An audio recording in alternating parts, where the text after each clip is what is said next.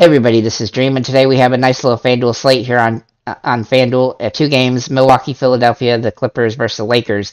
Now this slate is kind of stinky over here on FanDuel, especially because the prices are much higher than most of the guys' prices on FanDuel. There's not a lot of good value over here. The minimum price, the lower minimum price on FanDuel or on DraftKings definitely helps over there. Not only that, but some of these guys are just a lot cheaper on DraftKings than they are here on FanDuel. So I would just recommend to tread lightly over here. Obviously, you got to have guys that are under $6,667. There's some guys available, but man, they are slim pickings when it comes to the quality of those value plays. So with that said, let's go ahead and get into players I do like and give you, the rundown a little bit. But overall, I really think that this slate is avoidable, hardcore avoidable over here. I'm actually going to do this a little bit differently because I'm going to go through each team as opposed to the players themselves because of the way this slate looks. So, first of all, we do have a couple injuries. I should also note here. So Milwaukee has Middleton, Connaughton, and Ingles out. That should help Portis, Matthews, and Norwa. And then the Lakers have Schroeder and Bryant out, which should help Nunn and Reeves. And we have a couple guys that are probable, but I suspect all of those guys are going to play. That's LeBron and Davis and Reggie Jackson. So with that said, let's get at the individual teams here. So first of all, we have the Philadelphia 76ers. Now, as far as the costs associated with players, Embiid, Harden, Maxey, Tobias Harris, and PJ Tucker are all overpriced compared to their prices on DraftKings especially, but they're also just overpriced to the potential production in this game.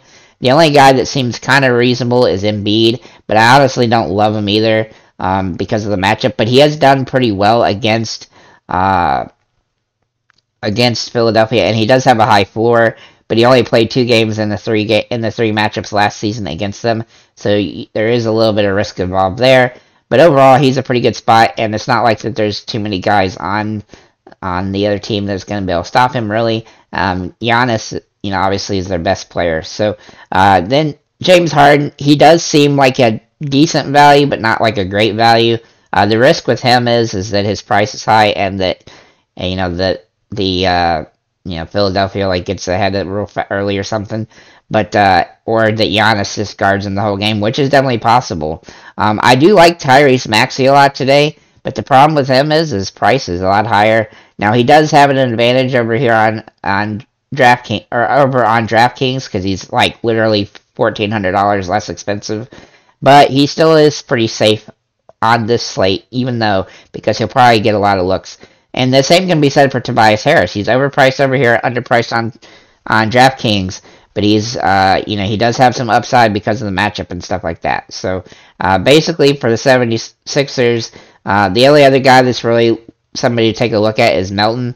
Now, the problem with Melton is that he really doesn't get enough minutes, and he really didn't so far with the 76ers. And there's just too many mouths to feed over here. I just don't expect him to get a ton of minutes unless the game gets out of hand, which then would give him some upside. But again, another guy whose price is cheaper over on or the same, I guess, over on DraftKings, but he has more upside because of his potential because of the way scoring works. PJ Tucker is also a guy that's interesting. I think he's going to get a lot of minutes here. He does have boom or bust potential. His floor is extremely low, but his ceiling can be pretty high if he has a good game. So he's somebody to consider, but I don't love him by any stretch. For the Milwaukee Bucks, man, we have another team that just seems like everybody's overpriced. Now, Giannis is pretty expensive here, much more expensive than on DraftKings, in fact. But again, he's Giannis, and I suspect he's going to have a really big game, and I just do expect him to be highly owned as well. Jrue Holiday is in a really tough spot when it comes to his price here on DraftKings. Or on FanDuel, rather. He's a lot cheaper on DraftKings. And he does get some advantage here because of all the injuries on his team, but he's still a little bit more risky. I don't hate him at this price point, but I don't love him either. I wish he was a little bit cheaper. And the same can be said for Bobby Portis. He's not as safe as he is on DraftKings. When he does start, he tends to have really good games, though, but his scoring potential on FanDuel is a little bit lower than it is on DraftKings, and so you do have to take that with a grain of salt. Then we have a couple other guys to take a look at here, which is like Norwood and Wesley Matthews. Now, Wesley Matthews is probably going to end up starting, um, um, but he typically doesn't do all that good. I don't like him even when he does start. Usually, he does have potential to have like a 20 fantasy point game, but he doesn't typically ever get there, so I don't like him here. And same kind of goes with Norwood, is that he's kind of limited. He'll have some upside sometimes, but it's very inconsistent. The other guy to take a look at here, though, is actually Grayson Allen. Now, their thing here is he should get some minutes because of the injuries, but he is extremely streaky, and I don't love him. You know, he has to hit threes for him to really pay off. He is capable of that, but I don't love him just the same. And really, nobody else is going to get enough minutes, probably even George Hill, to really pay off here, especially if the game stays close. For the LA Clippers, obviously Paul George and Kawhi Leonard are back together. Now, they have only played a handful of games in their career with each other because Kawhi missed all of last season and George takes a lot of games off, as he did last year.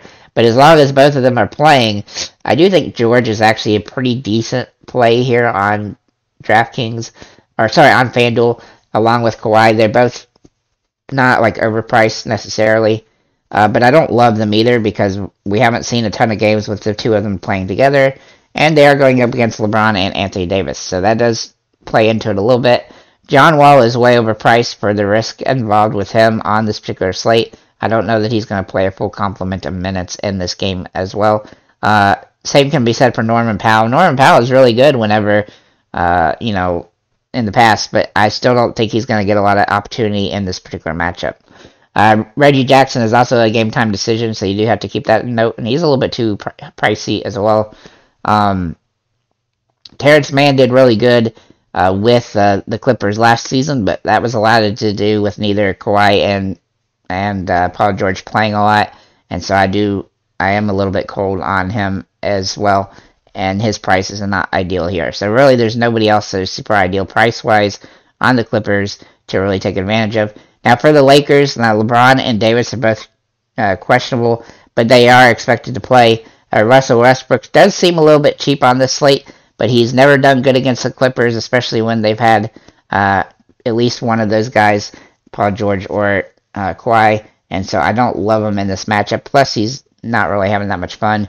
Patrick Beverley and Patrick Beverley and Lonnie Walker and Kendrick Dunn are all interesting options, but they're all overpriced for the potential production because when LeBron and Davis both play, they take most of the shots along with Westbrook as well. And so I just don't see a whole lot of shots available for them. Their prices are a little bit too high here on DraftKings, or on FanDuel. Sorry, I keep saying that. But, Austin Reeves is in the same boat as well. But if I had to pick any of them, I would pick them in the order of Lonnie Walker and then Kendrick Dunn and then Patrick Beverley, because Beverley's more of a defensive player, and getting to 25 fantasy points in this matchup is going to be quite difficult.